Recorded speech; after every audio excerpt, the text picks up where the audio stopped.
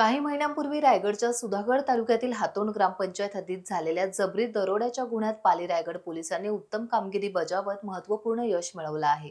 Pali police Thane यांनी जप्त केलेला मुद्देमाल माननीय न्यायालयाच्या आदेशाने फिर्यादींना परत करण्यात आलाय. या कारवाईमुळे परिसरात समाधान व्यक्त होत असून पोलिसांच्या तपास कौशल्याचं कौतुक होत आहे. या दरोड्याने हातोंड गोंदावसह सुधागडात मोठी दहशत निर्माण केली होती.